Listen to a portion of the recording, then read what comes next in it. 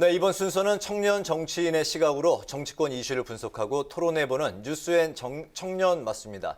남다른 관점으로 날카롭고 뜨거운 토론을 펼쳐주실 두 분, 권지웅 더불어민주당 청년 대변인, 이준석 전 국민의힘 최고위원 두 분 나오셨습니다. 두 분 어서 오십시오. 어서 오세요. 네, 반갑습니다. 네.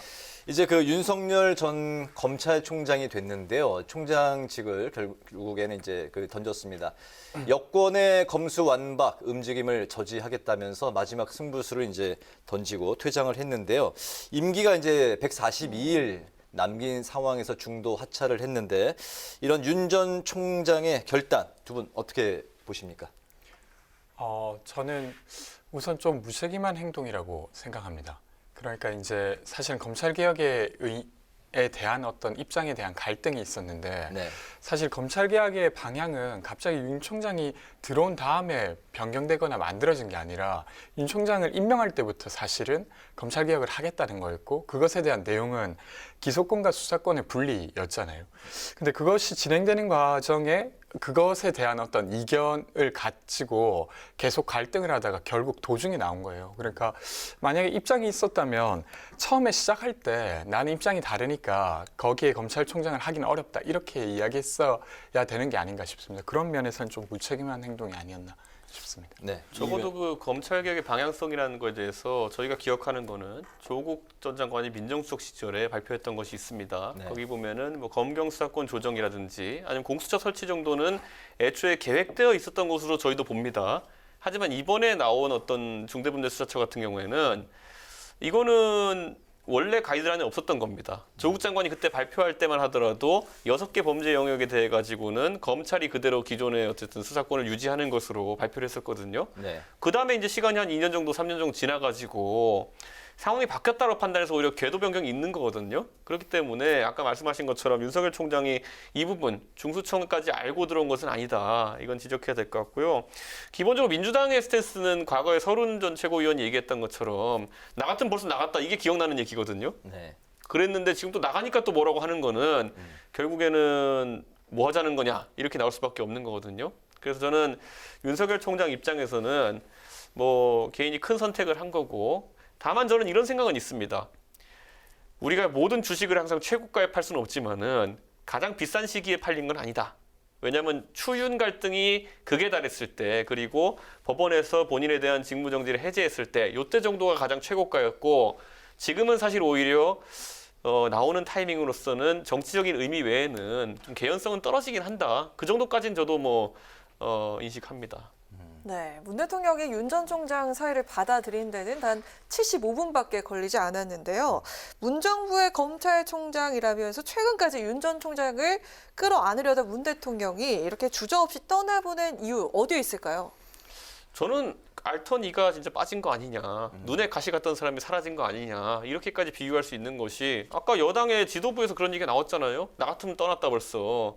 이거는 실질적으로 청와대 어느 정도 교감이 있었던 것이 아닌가 싶을 정도로 강한 발언이었고 저는 기본적으로 그 신현수 수석과의 관계에 있어가지고도 전 윤석열 총장이 일정한 기대를 했던 것으로 보이는데 최근에 이제 저희가 지난주 논의했을 때 신현수 수석이 당한 꼴을 보고 더 이상 이제 문재인 정부와의 윤석열 총장과의 교감을 이룰 수 있는 지점은 사라졌다라고 판단한 거는 당연히 한쪽 축인 윤석열 총장도 마찬가지고 대통령께서도 마찬가지였을 것이다. 그래서 이번에 덤으로 신현수 수석도 날아갔잖아요. 그러니까 애초에 뭐 연결해야 될 대상이 사라졌으니까 가교 역할하던 분 지난주까지만 해도 마음을 돌리기 위해서 애썼던 여권이 이제 가차없이 버린 거죠. 저는 오히려 깜짝 놀랄 때 신현수 수석 그렇게 바로 자를 줄 몰랐습니다. 그랬군요. 예, 어떻게 보셨습니까?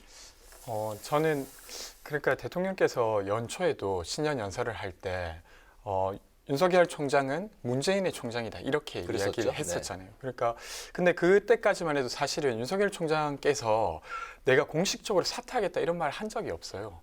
근데 이번에 그렇게 의사를 표현했기 때문에 그것까지 붙잡을 수는 없구나 이렇게 저는 판단한 게 아닌가 싶고요.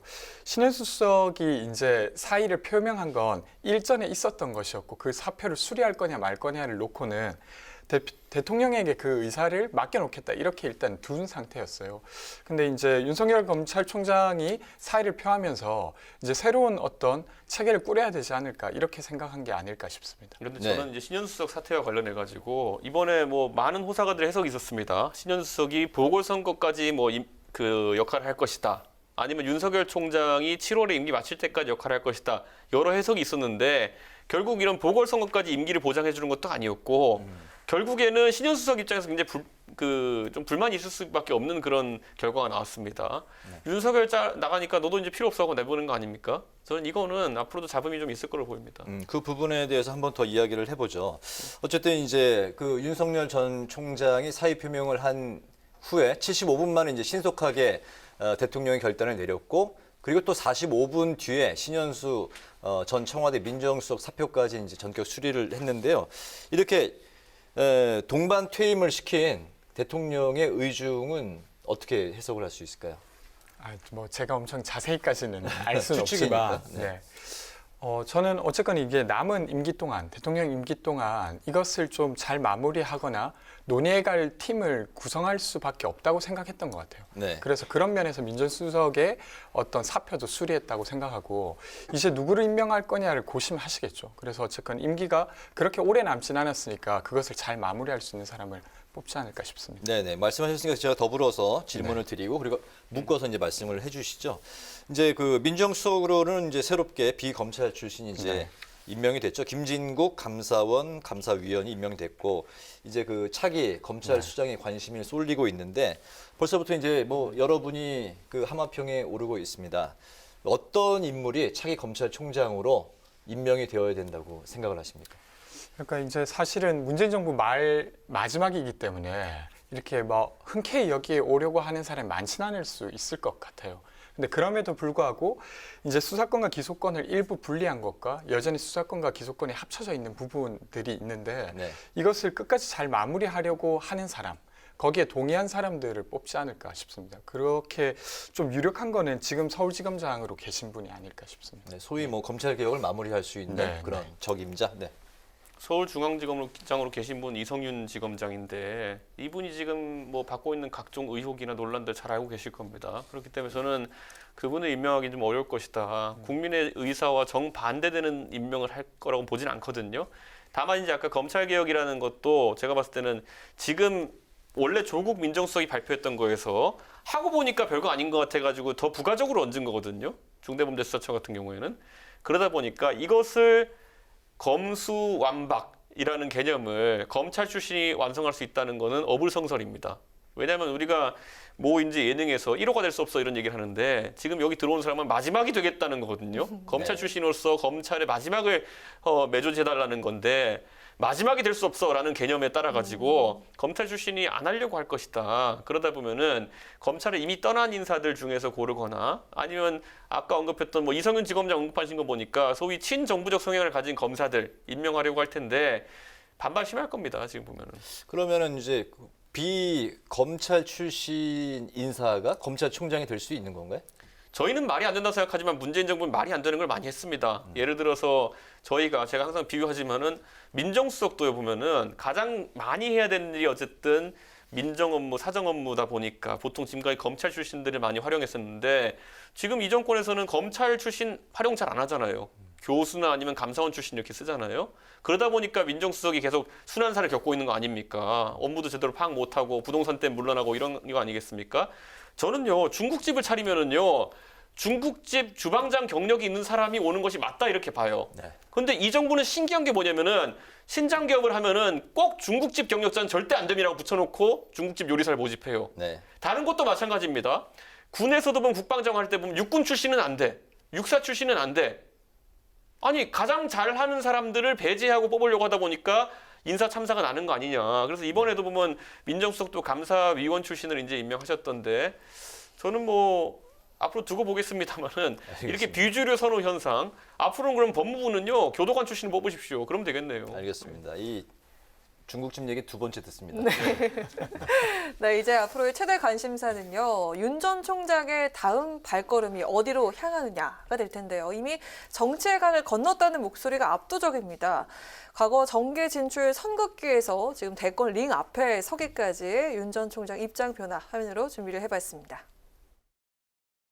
총선 인재 영입 과정에서 인연을 맺었다라고 양정철 원장은 말씀하시는데, 저는 뭐 정치의 소질도 없고 정치할 생각은 없다 그렇게 얘기를 했고, 또 한국당에서도 영입하려고 했는데 아무튼 정치의 뜻이 없어서 다 거절한 건 사실 아니에요. 그렇습니다. 임기 마치고 나서 정치하시죠. 우리 사회와 국민들을 위해서 어떻게 봉사할지 그런 방법은 좀 천천히 퇴임하고 나서 한번 생각해 보겠습니다. 앞으로도 제가 어떤 위치에 있든지 자유민주주의와 국민을 보호하는 데 온 힘을 다하겠습니다. 네, 윤 전 총장의 사의표명 입장문은 정계 진출 선언문이라는 해석이 많은데요. 실제로 그 소위 별의 순간을 잡게 될까요? 어떻게 보십니까? 저는 아까 말했던 것처럼 결국에는 가장 비싸게 팔린 시점은 약간 지났다. 왜냐하면은 영웅이 등장하려면요, 그 모든 어벤져스 같은 영웅 영화에 기본적으로 들어가야 되는 게 빌런입니다. 나쁜 사람이 있어야 돼요.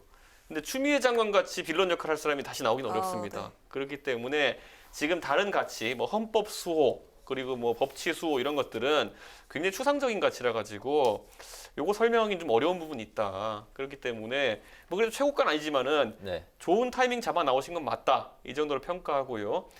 대통령은요, 경제, 외교, 안보에서 국민들에게 비전을 보여줘야만 되는 자리입니다. 저는 근데 윤석열 총장이 지금까지 검찰로서의 정체성이 강했기 때문에 국민들이 그걸 들어볼 기회가 없었거든요.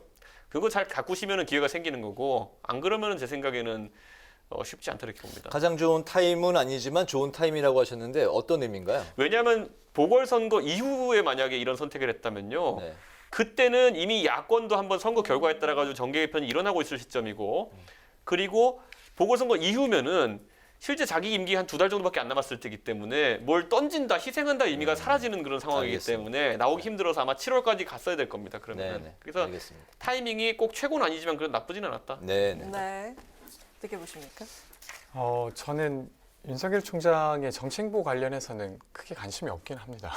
기본적으로는 그렇고, 근데 이제 아마도 그냥 예상하기에는 오래 네. 하시려고 하겠죠. 왜냐하면 사실은 어떤 국가에 대한 정치 비전을 가지고 있었던 분이라기보다 검찰 개혁에 대항하는 어떤 상대로서의 어떤 정치인으로서 입지를 가졌기 때문에 그런 게 아닐까 싶고요. 근데 저는 그것이 좀 적절해 보이지는 않습니다. 왜 그렇게 생각하냐면 사실은 이제 공무원이라고 하는 집단은 그 어떤 국가기관을 기능으로 쓸 수 있는 집단이거든요. 그렇기 때문에 그것의 기능에 충실할 수 있는 사람들을 거기에 두고 정치적인 의사는 약간 제한하고 있습니다. 근데 만약에 이제 윤석열 총장께서 이미 정치적인 이야기를 하려고 했었다면 그 자리가 아닌 곳에서 했으면 그 충분히 이야기를 나눠봤을 텐데 그게 아니라 기소권과 수사권을 활용하고 있는 위치에 서서 정치적 의사를 냈기 때문에 좀 부적절하지 않았나? 이렇게 보입니다. 네, 현재 뭐 네. 영웅이 되기 위해 가지고는 아까 말했던 빌런이 최고 중요하다. 제가 알겠습니다. 학생이 공부하던 학생이 어느 날 갑자기 스파이더맨 되는 거고요. 예? 그냥 돈 벌는 거 좋아하던 사업가 갑자기 아이언맨 되는 거고요. 세무 변호사로 짭짤한 수입을 얻고 있던 사람이 그 부산에서 사건 변호하다가 갑자기 민주화의 눈을 떠가지고 대통령 되는 거예요. 그게 영웅의 탄생입니다. 네, 알겠습니다.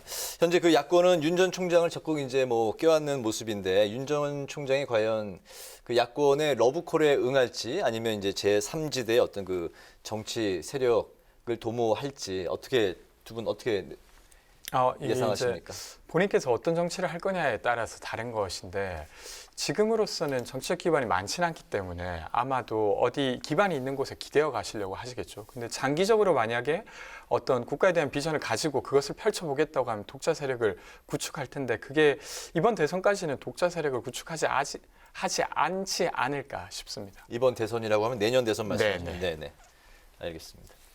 저는 기본적으로 상당한 인지도도 있었고 인기도 있었지만은 제3지대도 아니고 애매하게 정치를 했던 분들, 뭐 예를 들어 반기문 총장 같은 분들, 이런 분들의 사례를 봤을 때 너무 늦게 뛰어드는 건 좋지 않고요.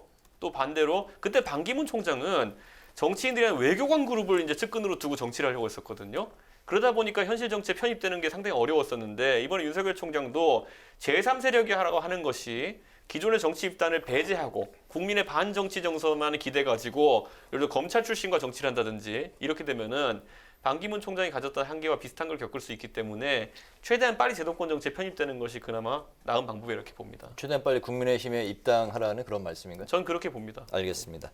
자, 이번에는 그 이야기를 좀 이제 바꿔봐서 이제 재보선 이야기를 해보겠습니다. 먼저 그 오세훈 국민의힘 서울시장 후보, 이기고 나서 뭐 깜짝 승리다 뭐 이런 분석들이 많이 나오고 있는데 앞으로 이제 안철수 후보와 이제 단일화 문제가 남아 있는데 아름답게 진행이 되고 또 마무리가 될 거라고 바라보시는지요? 그 이제 경선 관련해서요. 네네. 네, 일단 뭐 앞으로 이제 여당이든 야당이든 그 내부에서 이제 그 단일화 자체는 크게 어렵지 않을 거라고 저는 생각합니다. 그러니까 여당 입장에서도 지금 김진애 의원이랑 이제 박영선 후보가 이제 이제 합치는 것이 남아 있는데 그것도 뭐 이제 토론에 관련한 것들만 정리되면 될 것 같고 네. 야당 입장에서는 저는 잘은 모르지만 어쨌든 단일화하지 않으면 쉽게 이제 선거를 치르기 어렵다고 볼 테니까 어떻게든 그것을 합치려고 하지 않을까 싶습니다. 네네. 이준석 의원. 저는 안철수 대표는 단일화의 경험이 많은 분입니다. 본인이 뭐 문재인 대통령과의 과거 단일화에도 실패했던 적이 있고, 그러니까 단일화는 됐지만 나중에 앙금이 남았죠. 그리고 그 다음에도 뭐 김문수 지사랑 같이 서울시장 나갔을 때도 단일화 협상에서 삐걱거리다가 하지 못했던 적이 있고, 박원순 시장에게 양보했던 경험 정도가 본인이 갖고 있는 좋은 경험일 텐데, 저는 안철수 대표 학습 효과가 있다 봅니다. 그래서 지금도 이 룰 갖고 이제 아주 세밀한 걸 갖고 다투는 것 자체가 의미가 없다는 걸 잘 알 것이고요. 특히 일부 언론에서 나오는 것처럼 당 이름을 쓰느냐 안 쓰느냐 갖고 싸우는 거, 이런 거는 진짜 말도 안 되는 거거든요. 이런 건 보통 동네 구의원, 시의원 단일화할 때 많이 나오는 얘기입니다.